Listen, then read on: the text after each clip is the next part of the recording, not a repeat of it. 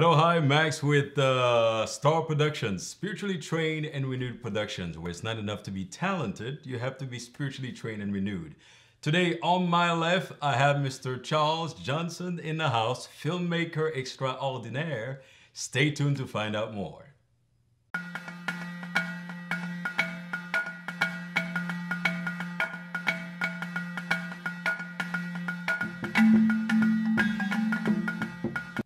Welcome back, Max with S.T.A.R Productions. As I've told you before, I have the one and only Charles Johnson here in the house at S.T.A.R Productions. Let's introduce Charles.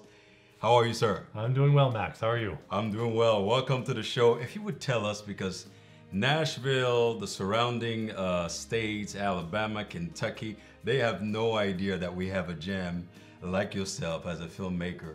Would you tell everybody who you are, please? Hello, I'm Chuckles, also known as Charles Johnson, but I go by Chuckles professionally, you see. My production company is Afro Pictures. I have not formed my LLC yet, but it's going to be an LLC very soon. And I'm an independent writer, director, producer, also editor. I've also done many other things, but mainly writer, director, producer. Wow. Oh, that's exciting to hear. And I want to talk about each of those titles a little bit at a time, so people have a real idea what a gem that you are. I understand that you have a production company, Afro Pictures. If you would tell us, how did that name come about, besides the beautiful afro that we're looking at right now? How did that name come about? Well, I've had my hair since 6th grade. Wow. And it's been a trademark for me for a long time. And when I was always going to be a filmmaker, or I was always a filmmaker really, but I didn't really know that I wanted to have my own production company until I was like in college already. Yeah. And at that time, I wanted to come up with some kind of, some kind of catchy title. You want to make your company stand out a bit. Yeah. And so I was like, well, the thing that makes me stand out and the thing that is my trademark is the afro, and it's what connects me to, the African side of my family. And so I was like, that sounds like a good idea. I will name my company Afro Pictures, because I don't think very many companies have Afro in the title. Not many. So. And, was it hard to find a name, or were there other competitions, Afro, out there when you were looking for the name for the company? Did you have to compete with other names? When you're researching your company's name, sometimes you'll search it in the States and they'll tell you that name is not available. Was that easy or difficult for you? Not very difficult. There are a couple of companies with some kind of like Afro and some kind of variation in there. Yeah. I think there's an Afro Viking Pictures, but I'm not sure. Like it's not a whole lot of competition. Yeah. So I was able to get. Twitter was the thing. I had to put a DBA on there, and which will be LLC once that comes about. But nice. Facebook and YouTube, it was easy enough. Nobody was using Afro Pictures, so that was nice. Sweet, sweet. Well, I've been in the business since 2005, the entertainment business, and I've had a lot of friends along the way, anywhere from fellow actors, models, to directors and producers, and a lot of them have no idea about your career, where you've been, and where you are now. And I would love for them to know about you, just like I've known a little bit about you. If you would tell them a little bit about your journey from that elementary path where you always know. Now that's a gift right there, to have always known what you were gonna be. My daughter's struggling right now, and she's about to go to college. Yeah. Even though she has many gifts, she can't settle on one yet. So that alone is a gift, just to know at a very early age what you're gonna be. Could you tell them about your path, how you got interested in filmmaking, how you got started? I know that you are professionally a filmmaker, you've gone to school for it, and so. Tell them a little bit about that journey. Yeah, well, it's funny when people ask like, when did you first want to be a filmmaker? It's like, thinking back on it, it wasn't ever really a desire. I wanted to do other things like here and there sometimes. Like there was a point when I was a young child, I was like, I want to be an astronaut and a firefighter at the same time.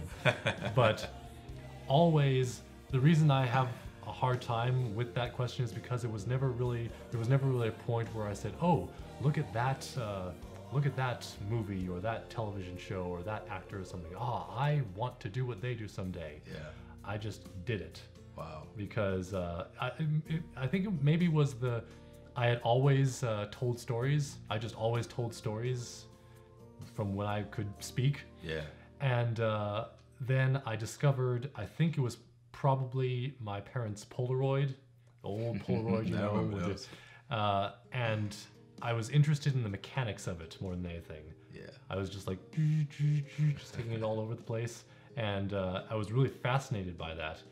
And then my mom calls it a News at 11 camera. It was like you put the VHS tape in. Yeah, VHS. And so I was about as big as the camera myself. And so I would take it around and shoot things. Wow. And so it was like using that and just like being fascinated by the mechanisms and everything like that. And then it was like, oh, that's right. People tell stories with these things. I can do that too. And I did. And so, so it's like when people have said to me like, what do you want to do, or what do you want, like, what is your dream really? And I would say like, well, I'm doing it. Like it's not I'm not doing it at the level that I want to do it at eventually, but like this is it. You know, awesome. I've just always just done it. Wow. So wow. Yeah. And then so from that obviously innate passion that's been inside of you, and you automatically just pick up a camera and got started. How did schooling come about? Did you just like, okay, I'm pretty good at this naturally, I'm gonna go ahead and then get some schooling behind it and make it official? How did that get started? Again, like in high school, I had never really thought about exactly what I wanted my career to be. But when the advisor person came to me in my senior year and said, okay, so what's your major gonna be in college? I was like, well, filmmaking. And so because it was more like, looking back on it, I definitely needed the schooling because there were many things that I did not yet know how to do. But at the time, it was just like, well, I need to go to college. Like, just I have to go to college. Right. Like, that's just what you do. Right. And so I was like, well, then I suppose filmmaking would be the thing that I do in college. Therefore, so that's what I did. And thanks to my college education from Pacific Union College Film Department. All right, Pacific. Through that, I learned other things about myself in terms of filmmaking that I didn't realize before. Like I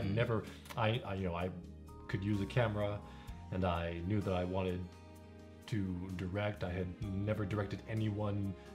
Well, I directed someone in high school for a senior film, but I'd done a little bit. Nice. But so I knew about that. I knew about writing and all this stuff. But going to classes at PUC and taking an editing class in nonlinear editing, that's when I realized that I had a knack for editing. I would have never discovered that otherwise. I was like, wow, I can do editing, and I enjoy it. Editing is a joy. I started much later than you have. I'm still a baby and behind the camera, but I've also discovered the joy of editing. Just I think it's where most of the magic happens. You create a lot of things that's never been there before. So talking about editing, tell us a little bit about each of these titles, what they mean for the everyday for the layperson who is watching us right now. They're hearing producer, they're hearing director, they're hearing writer, they're hearing editor. Could you walk us through those titles or what they mean?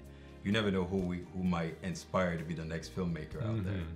So when you hear or when you see in the credits, like produced by this person and this person, this person, or maybe just one, or maybe several, or they're produced by this, produced by that, the producers are the ones who gather all of the resources together for the film. They are the ones who find the people to go into each slot. So the producer will hire on the director and the writer. The producer will get an idea like, I want to make this film. And so this film is the thing I want to make, and so I'm going to get this person to write it, and I'm going to get this person to direct it, and so on and so forth. So the producer is the one who gathers all those people together. The executive producer is the one who basically funds the whole enterprise. So if you see executive producer, that's what that means. That's where the money is. Director, well, no, writer I should start with, because he's the producer, you gather the writer, and then the writer, that's the one who writes the story. Whether it's a film or a television show, the one who writes the story, makes the screenplay, and then hands that off to the producer for approval, to the director, and it goes from there. The director is the one who actually is on set, and from the script the director is the one who hires the actors, and they are the ones who audition and audition people for the roles, and then they are the ones who will go through and actually craft the scenes and work with the actors on how to perform. They have the big vision. Yes. They're a quote-unquote small god. They can see the beginning and the end. And they are the ones who work closely with the director of photography, because there are several directors. There's the director who's like in charge, and then there's the director of photography who does the cameras and the lighting, which is called cinematography. There's the assistant director, who is the one who calls out the shots, who gets everyone settled on set and everything like that. And there's there's the unit production manager is technically a director, because they're in charge of various things with the budgeting and working with different departments and things like that. So the editor, after all the footage is shot, then it goes to the editor, and the director sits in with the editor to look at all the footage roughly. In the olden days, which is not that long ago, it was all film, and then you take the film reels that have been shot, and you 35 millimeter film typically, and then you develop the film just like you would in a film camera, and then you take those developed spools of film, and the editor goes in and splices the different sections of film, cuts things out, puts them together until you have a finished product, the finished film that goes on a reel and then is projected. Whereas in non-linear editing, it's all digital. And so you have all these files, whether or not it's on film, because a lot of digital cameras are popular today, and so they will take the digital cameras and shoot, and then you have all your digital footage. But even if you shoot on film, you can still develop the film and then go through and digitize the film so that you can have the exact look of actual film, but then have digital files that you can put into the computer and work with in non-linear editing software such as Final Cut or Avid or Adobe Premiere, things like that, which I'm trying to learn all of the above. What's your favorite editing software right now? Final Cut 7, which means I really am obsolete and I need to get. I've been working on Final Cut 10 and Premiere and Avid, because those are the industry standards right now. I'm a friend of Premiere. Whereas Final Cut 7, that was everyone's favorite for years and years and years. But then Apple stopped supporting it, so you can't really use it anymore. Interesting. So you can still use it if you're using like the bare like a lot of YouTubers still use Final Cut 7 these days, because it's the bare minimum that you can use for like a camera, just like shoot little YouTube videos or something like that. And it's really easy to use, really easy interface to work with. But so now I'm working on getting better with Final Cut 10, which I am. It's a good thing having a YouTube channel. That means you're always getting practice. You always are. Absolutely. Talking about software, and I'm going to go back to editing while I remember this. Do you think it's worth the investment for, and we're doing this for all of our YouTubers right now, Adobe Premiere is right now on a subscription, monthly subscription right now, $19.99 or so. For the guy who's not actually doing the kind of project or things out there that's bringing a lot of income, do you think it's worth them investing into something like this where they have to pay a monthly fee, or should they settle for the Adobe Element, where you just pay a one-time fee of 99 bucks, or a Final Cut, maybe a one-time fee? What do you think is that? I know that Adobe Premiere, Final Cut, they're used professionally. But for the guy with a low budget, what would you recommend as a filmmaker that they should at least get their hands dirty with while they work on their next level? Yeah, I'd recommend you go as cheap as possible, because you just need to learn the basics, and you will learn the basics on, I mean, you can learn the basics on iMovie, which comes free with Macintosh computers. Of course, Mac computers aren't exactly inexpensive, but I believe that a lot of PC computers come with they have a Movie Maker. Movie Maker, yes, yeah. So yeah, the software that automatically comes with your computer, if you just want to start to learn the basics, you can do so on that, and they will suit your YouTubers have really pushed those programs to their limits. They have to get what they want out, and it's like they're for them who are not doing a lot of really like professional stuff, but just like their own types of things, their own movies or their own YouTube stuff. It works, and it works for them very well. So, and then if you're wanting to get more and more into it, is when you want to get more and more, you know, advanced, because there always are plenty of cheap options, even some free options that you can look up to like there are free options for Photoshop, even, you know, various programs, as long as you just like seek it out. You know, I think that's great advice. I started free in the software world, editing software world first, and then when I kind of enjoyed it, you know, got used to it, and then I was trying to move my production up. Now that I've known the basic, then I move on to a little small amount of money, pay a small amount, and then the next one. And I'm hoping that, you know, I make my way to the big guns in the future. I'm not there yet. All right, so back to editing, and then we're gonna move on to the current project you have going on right now, which I'm really excited about for people to find out about it, because we're all looking for partners, we're all looking for people to collaborate with you, we're all looking for people to come on board in the Nashville scene here. So I want to talk about that last. It's the big thing, discovery. But with editing, I didn't know that, no wonder editors charge so much, now I understand why. I had no idea that it took so much time to edit the smallest amount of maybe a 2-minute. I did a music video for somebody internationally. I shot a music video for them. 5 minutes. Man, it took us half a day. The fellow editor, who's more advanced than I am, half a day to edit. It took us the whole day to edit 2 minutes and 30 seconds of the video. You know, so talk a little bit about that. I mean, we're looking at a movie like you have a featured film that you're working on, maybe an hour or more. So we're looking at maybe 3 to 6 months of editing. So, in terms of editing, do you think it's worth anybody's time who has the skill for it, but they don't think that they matter because they don't think they're doing the magic? How would you push that out for somebody who's actually got the mindset, they know what they're doing, but they don't think that they can do much when it comes to filmmaking? How would you encourage them right now? Well, it's you.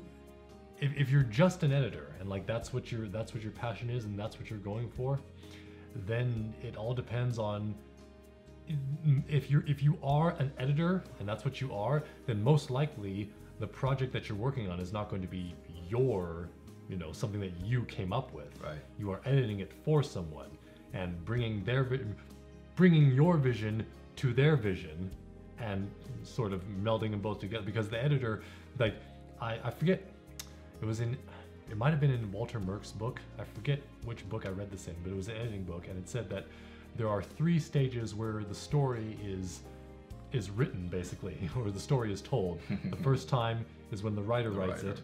The second time is when the director directs it, and the third time is when the editor edited it. I agree. That's the third time the story is crafted. I agree. And so that's the power of the editor. So even if you don't think that you are anything special as an editor, maybe because this is a project that you didn't come up with, you're editing it for someone, but no, you are still a crafter of this story. You are still telling it. I agree. Even if it's in collaboration with a director. Absolutely. Absolutely. You all heard it. Don't get discouraged out there. Do what you got to do. Editing is always important. Amen. Let's talk about the big project you have coming up right now. And I'll let you introduce the name of the film since I can't pronounce it. Yes. I'll let you introduce that, and then if you would break down to us what that project is, what stage are you in right now, and in terms of resources, where are you and what are you looking for? So my project is called Yoyaku Yokai, which is Japanese for spirit contract. That's how I translate it. Yoyaku is basically for a legal document. Yokai is a catch-all term in Japanese. It's like Japanese. There was the religion known as Shinto. The most Japanese people, if not almost all of them, don't believe in Shinto anymore. Haven't for many years, decades, centuries. But Shinto is still ingrained into the culture to the point where, if in America, if somebody says the word witch or ghost or leprechaun or unicorn, something like that, we are no longer in a place where people actually believe in these things anymore, but they are still a fabric of our culture. We see them in the pop culture all the time. Well, that's the way Japan is with the Shinto religion, except it's much more expansive. There is all this lore with all these magical creatures and all these legends and things like that. And that is yokai. So I translate it, in the title, I translate it as spirit. So spirit contract, but it's much more expansive than that. It's just, one of those things that's hard to translate. And it is a story that is basically, I describe it as it's a comedy / horror, more comedy than horror, but it has elements of Japanese horror stories, Japanese ghost stories, and it's a ghost story told from a ghost's perspective, basically. Okay. The main character is a Chinese immigrant who is a ghost, who lives in Japan with her son, also a ghost, and she works. She has signed a contract. She has signed the Yoyaku Yokai, which is basically this thing that the bureaucrats in the spirit world dole out to all of the mystical beings so that they are fulfilling whatever duties that they have. And so her boss has signed her and her son onto this contract. The contract stipulates that they must haunt anyone who enters her house, and then when a person enters her house and looks into her eyes, she has 24 hours to kill them. And then so the conflict enters when there are these two different women, an American social worker and a Japanese teenager, who for different reasons enter her house, and they both see her at the same time. And so the ghost now has two contracts to deal with. Drama. And and if she does not get both of them, then her boss will evict her and her son from her house. Wow. And so it's this very ridiculous, the ghost is trying desperately to find these two women because they're on opposite sides of the city. So she has to take a cab and try to get some family members over here and try to research them online and find out who they are, things like that. So, and meanwhile, we actually get to know a little bit the American and the Japanese girl as well. So it's three different women, all dealing with trying to figure each other out in this 24-hour time span that the ghost has to kill them. Wow. See, things like that, it takes a special mind to come up with a magical world like that. And that's where my hat's off to you to even think about that. Now, how did Afro Pictures come up with a Japanese concept for a movie? What's the relationship there? I don't remember when it was that I first got interested in the Japanese culture. I've been an anime fan for a long time. I love Japanese animated shows and movies. Princess Mononoke is my favorite film. I love the works by Hayao Miyazaki.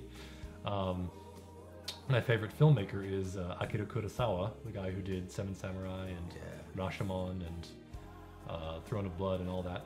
Nice. I don't remember when it was that I first got into Japanese culture, but I have been fascinated by the culture, by the legends that are in, like, people don't believe in these things anymore, but they use them in their iconography. Yeah. They use them as, you know, they're on street names. They're like mascots for shops. They are, you know, just everywhere. And it's like such a respect for past, you know, the respect for the elders and the respect for past beliefs and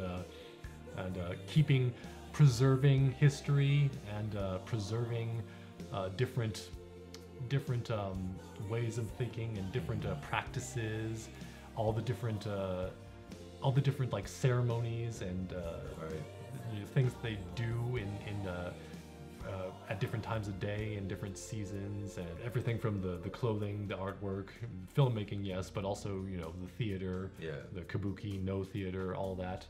I've always just found it really fascinating, and so I really wanted to when I came up with the project for like writing a script, the first feature script I ever wrote was actually it was more of a research type of thing, the old timey like legends and things like that. But when I was trying to write this script, I was trying to think of ways in which we are all connected. This film, Yoyaku Yokai, explores multiculturalism because, you know, you have this Chinese ghost living in Japan, so she's a Chinese immigrant, but she is technically a yokai, which is a Japanese concept. And then you have an American woman who's working with her boyfriend in Japan.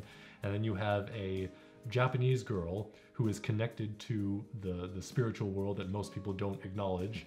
And then her best friend is this Korean girl who's all about studying the spiritual, supernatural world and things like that. And so it's all these different cultures of people who are living and working in Japan. And I guess it's like that's kind of how I see the world. It's like in my idealized vision of the world, it's like everyone together and like each of their different things are being brought. They're interconnected somehow, some way. I love it. So now that we understand the magic of this movie, could you tell us a little bit about where is the project right now, and what are you looking forward to get in terms of partnership with people? Maybe somebody with money out there is looking to sponsor a big Japanese featured film by Afro Pictures. What are you saying to them right now? Well, right now I do not have the funds to pay anyone. I've been gathering my crew members who are all getting on board despite the funds not being there yet. But so far with my part-time job that I have here in Nashville, I've been able to pay my way to go to the American Film Market, which is held every year in November in Santa Monica, California. And that is where a lot of deals are made. And I put together a presentation with my storyboard artist and my graphic designer, who I paid simply commissions, like they're not getting a salary yet, but I paid commissions for them to put together this visual presentation, the logo for the film, and this thing talking about here are the characters, here's what it's going to look like and things like that. I took that to the AFM. My graphic designer was with me for the first day of the AFM, and we met with some people in JETRO, which is Japan External Trade Organization. They're there at the AFM every year, and there are several Japanese film companies who talk to people and are wanting to sell their own films. But there's a section that is for filmmakers filming in Japan, and so I went there and I met with some people there, and through them I got in contact with Sakura Production, Miyuki Sohara, and she was able to she looked at what I had to offer and she was like, oh, I love this. We need to, yeah, let's do this. And so she's in Japan right now, and she has been working on her end to find crew members and locations to shoot, which is how she recently contacted me and said that she wanted us to do a location scout in Miyazaki, her hometown. Wow. Not related to Hayao Miyazaki. It's just coincidence. But she was like, "Oh, I love this section of the film you have right here. I would love for you to film this in Miyazaki. So you need to come over here and like look at these different locations." A location scout is when you go and you go with certain key crew members and you look at the different places that you are going to film and say, or that you are interested in filming, and say, okay, let's talk about like what the shot looks like here, and like what the issues might be with lighting, and like, can we put something here? And you negotiate with the crew members or the people who own, like, say, a house or something like that. If we came at this time and we filmed this way, like, what would we need to do? What are some special considerations we need? And then, oh, if we can shoot in this public park, what do we need to do here? So that's location scouting, and that is what I am going to do in April. Wow. Because I've set it up with Sakura Production. I haven't gotten the whole group yet. There's at least 2 people going, including myself. I'm hoping to get a couple more, a small group, to go over there, and we're going to spend a week over in Japan looking at all these different locations and talking to the Japanese crew members and getting this whole thing started. Wow. So that's happening. Even though I still don't have the budget. By faith. Yeah. We believe it, it's coming. But it's like that's what I've been it's like basically I've been doing it little by little. Yeah. Because when you are established, you get the money together and you have all of it, and then you push forward. Yeah. But I found that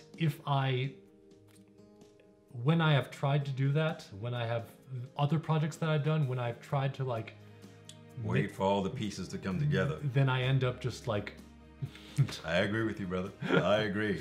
So basically I've been every little step of the way, like, what can I do right now? What can I do right now? Yeah. What can I do right now? I think that's important. That's important, to use what you have right now. You know, one of the things that my beloved wife has encouraged me to do, I'm somewhat of a perfectionist, and I want to wait for all the pieces of the puzzle to come together for me to move forward. Even with this production company, I was waiting for some big, giant equipment to come to get started. And she said, just what you have, use it, and then God will make a way. And then little by little, you know, things will come to you. And that's a big thing, and people should know that. You don't have to wait for everything to be perfect to start moving ahead. Use what you have right now, and little by little, people will come on your way, will help you along with the project. I mean, that's how Charles and I met. You know, I started with the whole S.T.A.R Productions thing, and tell Bonita about it. Hello, Bonita. And Charles actually came into town from California. We met through her, and then now I'm on board with this movie coming up. So I'm pretty excited about that, and that's because I made a step forward. And I believe it's the same for you. You made a step forward, and then we happen to meet. So you're gonna meet somebody out there if you just keep on walking. Keep on walking. And I was a slow mover, like I still am, but it was a long time. Like I've been doing things, you know, I've been doing things here and there, but not really pushing forward with what I really wanted to do, because I just didn't think I was ready yet. Yeah. And so, yeah, it just takes just starting to do it as much as you can, you know. So will you be shooting all in Japan, or will you be shooting in America as well? I know some of your characters actually, they do move to Japan. We're not gonna give much away, but you gonna have some Americans there being casted. Yes. Will these people be casted in the U.S.? Will they be casted in Japan? How's that gonna work out? For the non-Japanese characters, I am thinking I will cast them here.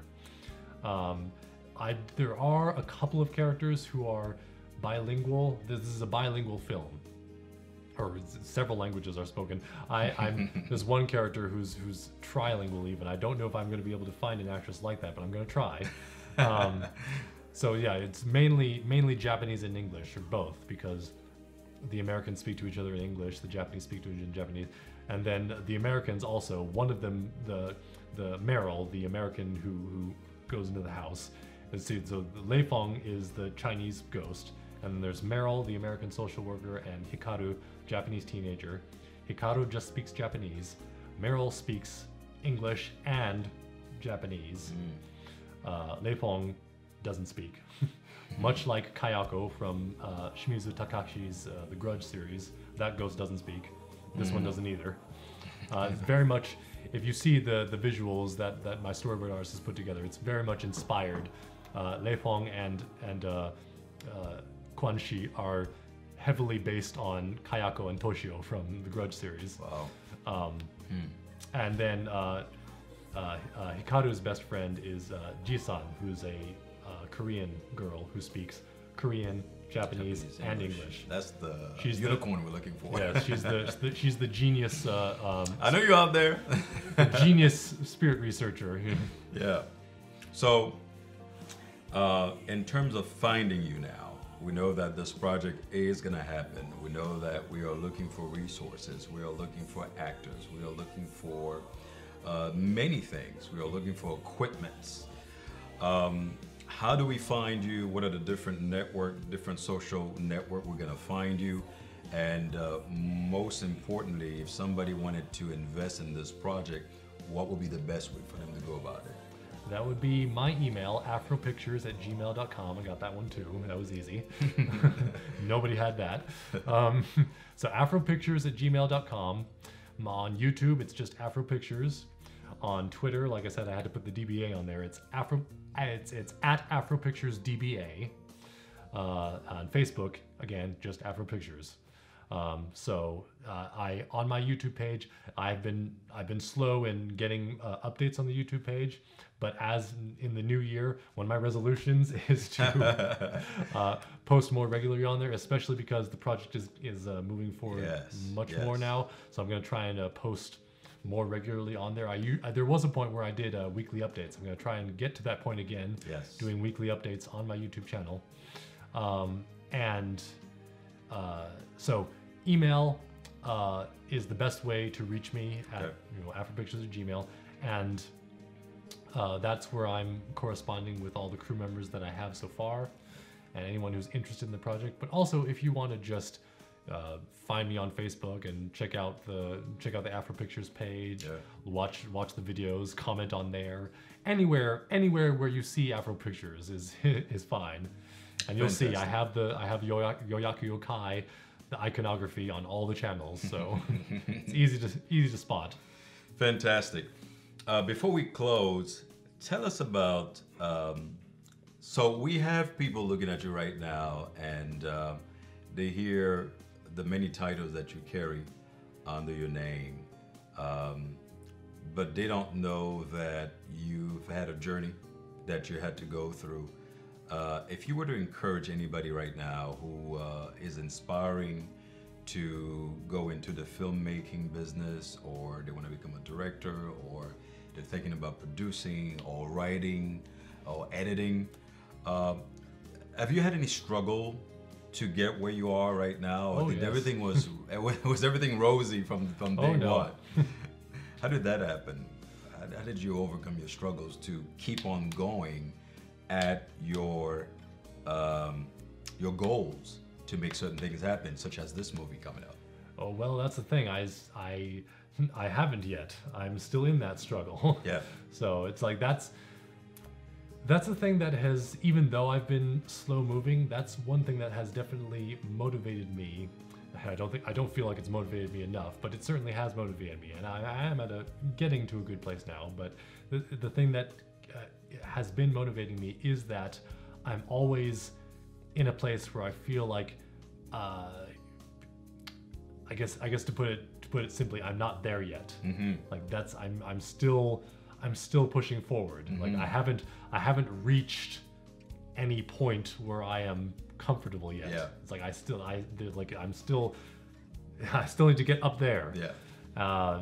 And so, and again, it's that like, what can I do right now? What can I do right now? What can I do? It's like, what's the next thing that will get me closer? It's like, I'm not expecting to leap up there, you know, but what's the next thing that can get me a little bit closer? And then what's the next thing after that that can get me a little bit closer? And I'm always looking for doing something that will be a step forward, right? Awesome. Doing something that it won't just be like I'm going backwards, and it won't be like just staying. It's like, what can I do that will be a little bit the next step forward?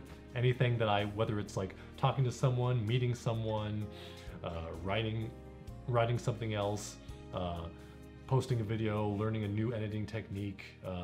It's like, whatever can I do right now that will be just that little bit more, more than I'm doing right now. Wow. Push beyond where I am right now. Wow. I got something out of that. So the idea is to never stay static. You are constantly growing on one level or another. And as you keep staying busy and busy and productive, one level or another, eventually we think that opportunity is going to meet preparation, as they often say, and success is going to happen. Or should I say, the goals that you have, they're all going to come to pass. So I think that's a great point right there for anybody who is going through a project, or anybody who started something, anybody who started school, started working, started a project, started a business, and things are just not happening fast enough, and you kind of want to give up. So I think that's a great testimony right there, to just keep on going. What can you do today toward that dream? What can you do the next day toward that dream until something actually happens? So I think that's exciting. Now, as we conclude, we talked a little bit about the fact that we are looking to get people on board for this project. Anybody interested, we're going to put your email address and your different social media on the screen for them to look at it. Any last word that you want to say to anybody out there, whether it's a personal last word, or maybe something about the business, or even something about the project that you have going on? Any last word that you have for our audience before we tell them goodbye? I'd just like to say I hope you all enjoy what is to come. I'm hoping that a lot of people will know about it and a lot of people will see it. And I'm wanting to work with more and more people, because that's of course, you've probably heard that in this industry it's who you know that's important. And so therefore I've gotten to know some people, but I'm always needing to know more. And so I'm wanting to know more and more people and work with more and more people. And once this project is completed, moving on to the next project, which knowing more people, and the next project, until Afro Pictures is a self-sustaining entity with all these people that I have collected and I'm working with. So I'm hoping that will be someone out there. Awesome. So I said that was the last question I liked. What is the estimate budget looking like for this big featured film? Give us a ballpark, because there might be a millionaire out there. You just never know who's willing to sign us a check. Hey, I believe it that way. So what does that estimate budget look like for this featured film? And that number is $10 million. So $10 million. Making a safe estimate. Once the budget is completed, I will have a much better idea. But that is definitely, because this is it's an effects heavy show, and it's of course a foreign feature. And all of that is very expensive.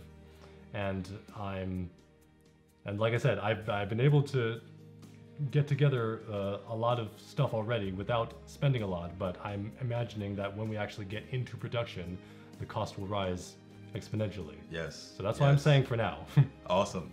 Well, you know what? I'm going to speak. The Bible says that we speak those things that are not as though they were. So I'm just going to speak $10 million to come to Afro Pictures.